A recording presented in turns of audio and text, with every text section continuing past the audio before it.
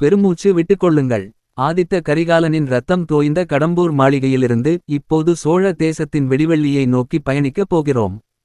இதோ மாபெரும் காவியத்தின் இறுதிப் பாகமான தியாகச் சிகரம் உங்கள் கண்முன் விரிகிறது. அத்தியாயம் 1. இருள் விலகிய உதயம். செல்வனின் வருகை. ஆதித்த கரிகாலனின் மரணச் செய்தி சோழ நாட்டை ஒரு சுடுகாடாக மாற்றியிருக்கிறது. சக்கரவர்த்தி சுந்தர சோழர் படுத்த படுக்கையாகி மரணத்தை எதிர்நோக்கி காத்துக் கொண்டிருக்கிறார். இளவரசி குந்தவையின் கண்கள் அழுது அழுது வறண்டு போய்விட்டன. சோழ குலம் இதோடு அழிந்து விட்டதா? பழுவேட்டரையர்களும் சதிகாரர்களுமா இனி நாட்டை ஆளப் போகிறார்கள் என்று மக்கள் பயத்தில் உறைந்து கிடக்கிறார்கள். ஆனால் கும்மிருட்டில் ஒரு கோடி சூரியன்கள் ஒரே நேரத்தில் உதித்தது போல ஒரு சம்பவம் நடக்கிறது. ஆம், கடலில் மூழ்கி இறந்துவிட்டான் என்று எல்லோரும் நினைத்த சோழ மக்களின் செல்லப்பிள்ளை இளவரசர் அருண்மொழிவர்மன் பொன்னியின் செல்வன் யானை மீது கம்பீரமாக ஏறி தஞ்சாவூருக்குள் நுழைகிறான். அவனை கண்டதும் மக்கள் அடைந்த மகிழ்ச்சிக்கு அளவே இல்லை. ஊரெங்கும் ஆரவாரம், அழுகுரல்கள் ஆனந்த கண்ணீராக மாறுகின்றன. உடைந்த சோழ தேசத்திற்கு மீண்டும் உயிர் வருகிறது. அத்தியாயம் 2. அவிழ்ந்த மாபெரும் முடிச்சுகள். யாருடைய வாரிசு? இந்த இறுதிப் பாகத்தில் தான் நாவல் முழுவதும் புதைந்து கிடந்த பட்பல மர்ம முடிச்சுகளை கல்கி சடசடவென அவிழ்க்கிறார். வாசகர்களை திகைக்க வைக்கும் உண்மைகள் வெளிவருகின்றன. நட்சத்திரக்குறி நந்தினியின் ரகசியம். சோழ நாட்டை அழிக்கத் துடித்த நந்தினி யார் தெரியுமா? காட்டில் வாழ்ந்த ஊமை ராணிக்கும் மந்தாகினி பாண்டிய மன்னன் வீரபாண்டியனுக்கும் பிறந்தவள். அதே வீரபாண்டியனை தான் ஆதித்த கரிகாலன் தலையை வெட்டி கொன்றான். தன் தந்தை வீரபாண்டியனை கொன்றதற்காக பழிவாங்கவே நந்தினி பழுவேட்டரையரை திருமணம் செய்து சோழ கோட்டைக்குள் ஊடுருவினாள் என்பது இப்போது அம்பலமாகிறது. நட்சத்திரக்குறி இரட்டை குழந்தைகள். நந்தினி மட்டும் ஊமை ராணிக்கு பிறக்கவில்லை, அவளுக்கு ஒரு இரட்டை சகோதரன் உண்டு. அவன் வேறு யாருமல்ல, இத்தனை நாளாகச் சோழ அரியணைக்கு ஆசைப்பட்ட மதுராந்தக தேவன். ஆம், அவன் சுந்தர சோழரின் சிறிய தந்தை கண்டராதித்தருக்கு பிறந்தவன் அல்ல, அவன் ஒரு பாண்டிய வாரிசு. நட்சத்திரக்குறி உண்மையான இளவரசன். அப்படியானால் உண்மையான மதுராந்தகன் யார்? பல ஆண்டுகளுக்கு முன் குழந்தைகளை மாற்றி வைத்த இரகசியத்தை செம்பியன் மாதேவி, சுந்தர சோழரின் சிறிய தாயார், உடைக்கிறார். உண்மையான சோழ இளவரசன் இத்தனை நாளாக கோவில் நந்தவனத்தில் பூப்பறித்து தொண்டு செய்து கொண்டிருந்தானே சேந்தன் அமுதன். அவன் தான் என்ற உண்மையை சபையில் உடைக்கிறார். சோழ சபையே இந்த உண்மையை கேட்டு அதிர்ச்சியில் உறைகிறது. அத்தியாயம் 3. முதிர்ந்த சிங்கத்தின் வீழ்ச்சி. கடம்பூர் மாளிகையில் கரிகாலனை கொன்ற பழி வந்தியத்தேவன் மீது விழுந்ததல்லவா? ஆனால் வந்தியத்தேவன் நிரபராதி என்று நிரூபிக்கப்படுகிறான். கரிகாலன் மரணத்திற்கு காரணம் பாண்டிய ஆபத்துதவிகளே என்பது உறுதியாகிறது. இதற்கிடையில் நந்தினி தன்னை ஒரு பகடை காயாக பயன்படுத்தி தன் சோழ தேசத்துக்கே துரோகம் செய்துவிட்டாள் என்பதை உணர்கிறார் பெரிய பழுவேட்டரையர்.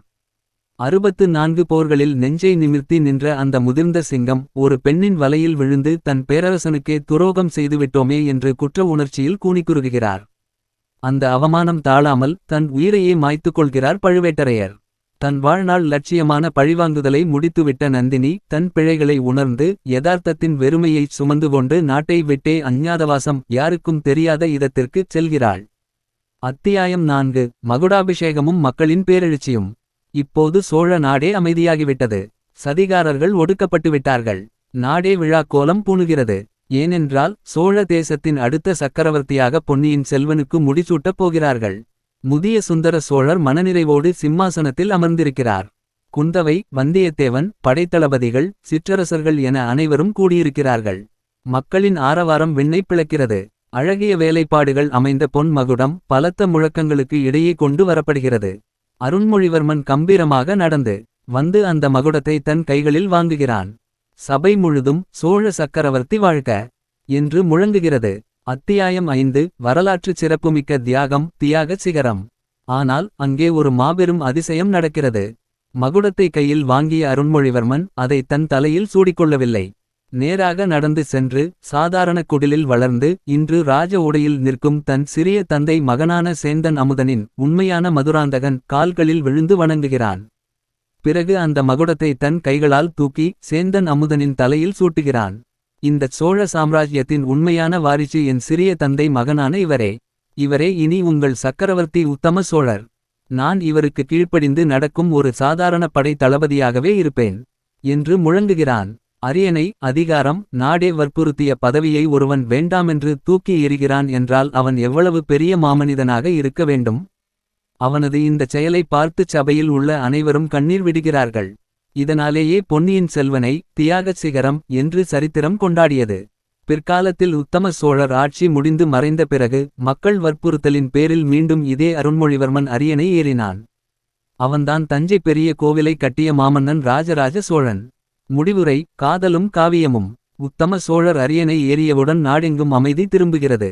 நாவலின் தொடக்கத்தில் ஒரு சாதாரண ஒற்றனாக, வாலிபனாக வீரநாராயண ஏரிக்கரையில் வந்தானே நம் வல்லவரையன் வந்தியத்தேவன். அவன் சோழ நாட்டின் மாபெரும் தளபதியாக உயர்த்தப்படுகிறான். அவனுக்கும் இளவரசி குந்தவைக்கும் அனைவரின் ஆசியோடு பிரம்மாண்டமாக திருமணம் நடக்கிறது. காவிரி நதி தன் கரைகளை உரசிக்கொண்டு அமைதியாக ஓடுகிறது. சோழ தேசம் தன் பொற்காலத்தை நோக்கி பயணிக்கத் தொடங்குகிறது. முற்றும். 5 பாகங்கள், பல 100 கதாபாத்திரங்கள், அளவற்ற உணர்ச்சிகள் என அமரர் கல்கி உருவாக்கிய இந்த சரித்திரச் சூறாவளியை நாம் வெற்றிகரமாக கடந்துவிட்டோம். பல நாட்களாக ஒரு முதியவர் கிராமத்து மரத்தடியில் உங்களுக்கு கதை சொன்னது போல ஒரு உணர்வு உங்களுக்கு வந்திருந்தால் அதுவே இந்த கதைசொல்லிக்கு கிடைத்த வெற்றி. இந்த காவிய பயணம் உங்களுக்கு பிடித்திருந்ததா?